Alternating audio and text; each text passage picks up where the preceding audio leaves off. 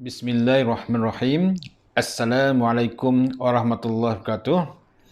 InsyaAllah hari ini saya akan mengajar kamu subjek fiqh untuk murid-murid tahun 2 Ibn Khaldun. InsyaAllah kita akan gunakan kitab ini. Jadi saya minta semua murid bersedia di hadapan ini dengan buku ini dan kita akan buka muka surat satu persatu lah. Jadi sebelum kita mulakan ilmu ini, sama-sama kita membacakan doa. Bismillahirrahmanirrahim. Rabbi shrah li sadri wa yassir li amri wahlul 'uqdatam min lisani yafqahu qawli. Rabbi shrah li sadri wa yassir li amri wahlul 'uqdatam min lisani yafqahu qawli. Amin ya rabbal alamin.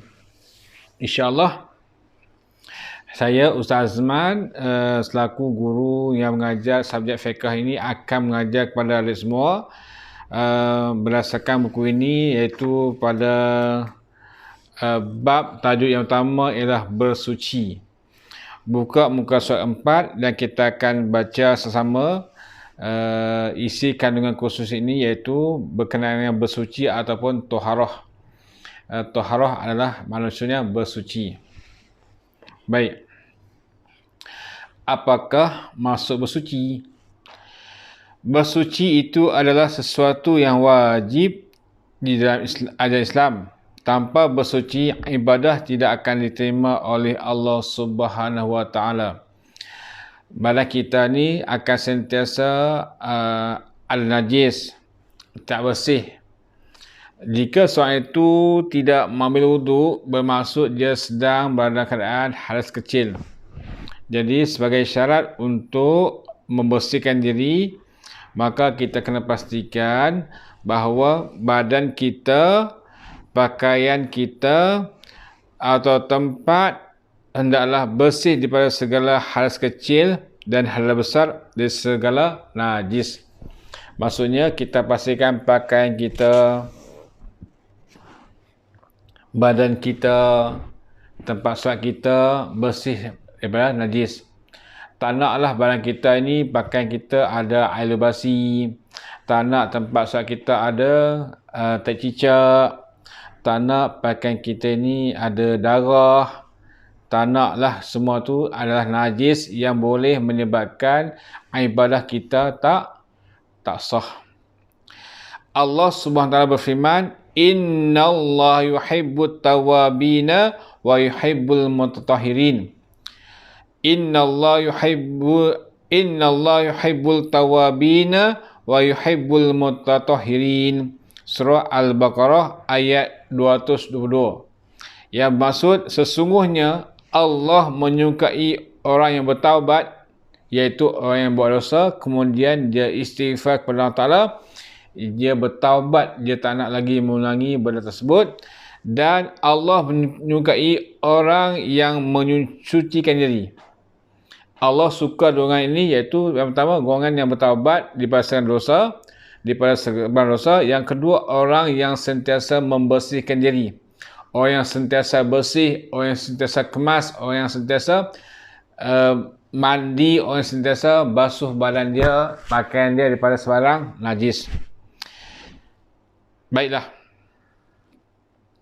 Apakah maksud bersuci? Bersuci artinya membersihkan badan, pakaian dan sesuatu tempat atau benda dari segala hadas kecil dan hadas besar dan dari segala najis.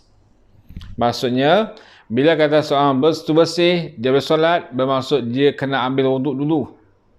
Bila ambil wuduk, maksudnya dia bersih pada hadas kecil.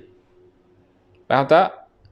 Kalau kita nak solat, kita kena bersihkan badan kita ni, zahir kita, batin kita ni dengan ambil wuduk. Kalau tak ambil wuduk, sebelum tu dah kentut banyak kali dah, dah kencing banyak kali dah berak banyak kali dah, maka orang yang kencing, kentut, semua tu dikira sebagai pada keadaan berhadas. Nah, jadi untuk hilang kotoran tu, untuk angkat kita ni supaya bersih, ialah kita kena berwuduk mula je. Ya. Dalam keadaan biasa ni kita kadang sentuh lelaki perempuan. Kan kita beli barang kan tersentuh kulit lelaki perempuan kan. Tu kedai tu lelaki perempuan kita tersentuh. Maka kita dikenal sebagai kotor. Batin kita kotor, zahir kita pun kotor lah. Kemudian kita kentut. Naik motor kentut, naik basikal kentut kan. Duduk saja berkentut kan. Itu dikira sebagai berhadas juga tu. Ataupun kita kencing. Duduk kejap, pergi toilet, kencing. Basuh-basuh, dah pergi main. Maksudnya kita dalam keadaan yang tak bersih. Walaupun air kencing dah tak ada, walaupun najis dah tak ada, tapi batin kita dianggap bersih dan dianggap kotor, maka kita kena bersihkan diri kita tu dengan cara mengangkat hadas kecil. Kemudian kita bersih daripada hadas besar. Hadas besar ni kita akan belajar nanti masa tahun 4. Ada 6 golongan yang kena angkat hadas besar ini, iaitu mandi wajib. Ada 6 golongan, iaitu yang pertama mereka yang bersetubuh, sama ada keluar mani atau tidak. Yang kedua mereka yang keluar air mani. Yang ketiga mereka yang mati kecuali mati syahid. Yang keempat mereka yang keluar haid. Yang kelima mereka yang bersalin wiladah. Yang keenam mereka yang bersalin dan keluar darah wiladah sekali, darah nifas. Itu 6 golongan yang wajib mandi. Ya. Baik. Kemudiannya dari segala najis, iaitu kita bersihkan barang kita ni pada sebarang najis lah. Kita duduk main kat rumah, kadang terpijak tai ayam, kadang terpijak tai kucing, kadang terpijak tai kambing. Maka kita bersihkan semua tu, sebab semua tu adalah najis yang boleh mengurangkan ataupun menyebabkan ibadah kita tak sah. Itu muka surat yang keempat lah. Baik, kita buka pula muka surat yang kelima. Baik, apa dia kata? Orang untuk menghilangkan hadas ialah dengan berwuduk ataupun bertayamum. Ada 2 cara untuk menghilangkan hadas kecil ni, iaitu yang pertama berwuduk. Tahu kan cara berwuduk kan? Nanti kita akan belajar cara untuk berwuduk. Yang kedua, bertayamum. Kalau berwuduk menggunakan air, kalau bertayamum menggunakan debu. Ini 2 keadaan yang berbeza lah. Kalau kata kita tidak mendapati air tak ada untuk berwuduk, maka kita dibolehkan untuk menggunakan debu untuk bertayamum. Ataupun kita tak gunakan air, kalau guna air akan memudaratkan diri, sakit kita tu akan makin teruk, maka kita dibolehkan untuk menggunakan debu bagi menggantikan air untuk berwuduk. Islam ni fleksibel, mudah saja. Cuma kena gunakan dengan alasan yang kukuh lah. Kena gunakan pilihan-pilihan yang Islam sediakan tu disebabkan oleh syarat-syarat tertentu lah. Tidak boleh semena-mena kita menggunakan tayamum sedangkan air banyak. Kenapa nak guna tayamum? Sebab mudah, sebab ringkas, tak perlu guna air. Dah malas mandi kan, dah takut nak mandi, malas nak guna air ni banyak semua sejuk, malas nak guna air, kita tayamum. Tak boleh lah tu. Kan? Bangun pagi nak mandi ke, nak ambil wuduk ke, tak nak. Sebab sejuk sangat. Tak boleh menggunakan alasan itu untuk bertayamum. Bertayamum, tak boleh.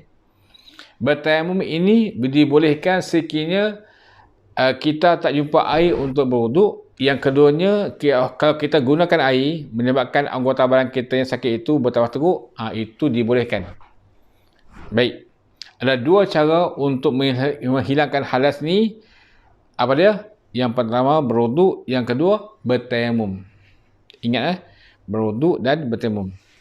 Dan untuk menghilangkan najis pula dengan air yang suci lagi menyucikan. Nak hilangkan najis kena guna air yang suci lagi menyucikan. Apa dia? Air mutlak. Ingat tak? Kita ada air mutlak, air mustakmal, air musyammas, air mutanajis. Semua tu adalah kategori yang wajib kita tahu lah. Untuk menghilangkan najis, kita kena gunakan air mutlak. Air mutlak ni apa? Air yang cukup 2 kolah untuk membersihkan najis. Walaupun kita tak guna semua tu, tapi biarlah air tu banyak. kita menggunakan air paip, kita menggunakan air sungai, kita menggunakan air telaga. Dibolehkan untuk menyucikan najis yang terkena pada pakaian kita ni ataupun yang terkena pada badan kita. Apakah hukum bersuci? Jawab. Baca tu muka surat 5 tu. Buka buku ni, buku biru ni, muka surat 5. Hukumnya apa? Hukumnya wajib kerana ia menjadikan asas kepada ibadah. Asas kepada ibadah ialah bersuci. Selagi mana tak suci, selagi mana kotor, kalau kita buat ibadah itu, pahala kita kurang ataupun tak sah. Tak kurang macam mana? Andai kata kita ni keadaan kecil, kita pegang Al-Quran ataupun kita baca Al-Quran, pahala dia kurang. Bagaimana pula pahala tak sah? Tak sah sekiranya kita tak berwuduk, akhirnya kita solat kita tak sah. Sebab itu bersuci ini adalah asas kepada ibadah. Asas kepada ibadah. Asasnya apa? Asalnya tonggak penting keutamaan kepada ibadah. Sebab apa? Sebab Nabi pernah bersabda, an Ibnu Umar radhiyallahu anhu qala Rasulullah sallallahu alaihi wasallam la yuqbalullah salatan bighairi tuhur. La yuqbalullahu salatan bighairi tuhur. Apa maksudnya? Allah Ta'ala tidak menerima ibadah salat bagi mereka yang tak bersuci. Allah takkan terima solat bagi mereka yang tak bersuci. Maksudnya tak berwuduk. Maksudnya tak bersihkan pakaian kita daripada najis. Tak bersihkan anggota badan kita daripada najis. Sesiapa yang sembahyang keadaan yang tak berwuduk, sembahyang keadaan badannya kotor, Allah Ta'ala takkan terima ibadah solat dia. Sia-sia saja. Ibadah tu di akhirat Allah akan campak balik ke muka orang yang kebahambaan itu. Sebab Allah Ta'ala akan terima ibadah mereka yang kotor. Tak bersihkan badan, tak bersihkan pakaian, kemudian tak berwuduk. Maka Allah Ta'ala tak akan terima ibadah mereka ini. Baiklah. Seterusnya, muka surat ke-6, kita lihat bagaimana apakah alat-alat yang dibolehkan untuk bersuci. Hadis yang saya bacakan tadi ialah menjelaskan bahawa seseorang yang tidak bersuci, solatnya tidak akan diterima oleh Allah Subhanahu Wa Taala. Yang berikutnya, apakah alat-alat yang boleh digunakan untuk bersuci? Apakah alat-alat yang boleh digunakan untuk bersuci? Di sini nyatakan ada lima jenis alat atau bahan yang boleh digunakan untuk bersuci, iaitu yang pertama air. Untuk bersuci ini air mutlak saja. Air mustakmal, Ustaz, air mustakmal hanyalah boleh digunakan untuk menyucikan benda lain yang bukannya ibadah. Nak cuci kereta boleh, nak guna air mustakmal pun. Cuci pakaian boleh, tak, kemudian dibalas pula dengan air mutlak. Kemudian apa lagi? Air mustakmal untuk siram pokok. Yang pertama air. Air adalah bahan yang digunakan untuk bersuci. Yang kedua batu. Batu ni digunakan untuk istinja. Bagi mereka yang tak menemui air di kawasan dia lah. Istinja ni ialah membersihkan kemaluan daripada najis. Yang ni kalau kita nak bersihkan kemaluan, tidak boleh gunakan tayamum. Tayamum tu adalah untuk membolehkan dia solat.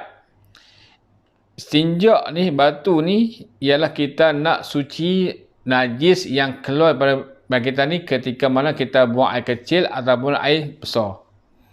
Batu ni ambil 3 biji batu yang kesat, kemudian dibersihkan pada alat sulit kita tu sebanyak 3 kali. Nanti saya akan terangkan bagaimanakah cara nak berstinja. Kemudian yang ketiga adalah benda-benda kesat. Benda kesat ni termasuklah daun, ataupun tisu, ataupun kain yang dibuang tu kebersih, ambil kesat, boleh untuk kita bersihkan najis. Benda kesat lah, tak kira lah benda kesat ni apa, kertas ke, tisu ke, kain ke, daun ke, apa sahaja yang kesat lah. Kesat ni maksudnya dia melekat, najis tu dia akan melekat kepada bahan tersebut. Baik, kemudian yang keempat, ranting kayu. Ranting kayu yang kesat juga, kemudian dibersihkan dengan ranting kayu. Kita gunakan 3 tempat lah. Batang kayu, ranting kayu yang panjang tu kita gunakan 3 tempat untuk kita bersihkan najis. Yang kelima, debu. Debu ni adalah untuk bertayamum. Bertayamum seperti mana kita mengambil wuduk untuk membolehkan kita solat. Itu sahaja untuk hari ini. Kita bercakap tentang bersuci. InsyaAllah Ustaz akan terangkan lagi berkenaan dengan isu bersuci ini, dan saya akan tunjukkan bagaimanakah caranya untuk berwuduk supaya wuduk kita itu betul dan sah untuk kita solat. Okey, jika ada soalan boleh ajukan dalam muka WhatsApp ini supaya kita semua faham apakah kepentingannya untuk kita bersuci. Antaranya ialah untuk membolehkan kita solat dengan sempurna dan ibadah solat kita itu diterima oleh Allah Subhanahu wa taala. Okey, faham? InsyaAllah kita jumpa lagi dalam seri pengajian akan datang. Pembelajaran secara online. InsyaAllah jika ada soalan boleh ajukan kepada kami. Kami akan membantu anak sekalian untuk memahami subjek-subjek yang kami ajarkan, insyaAllah. Sekian. Assalamualaikum warahmatullahi wabarakatuh.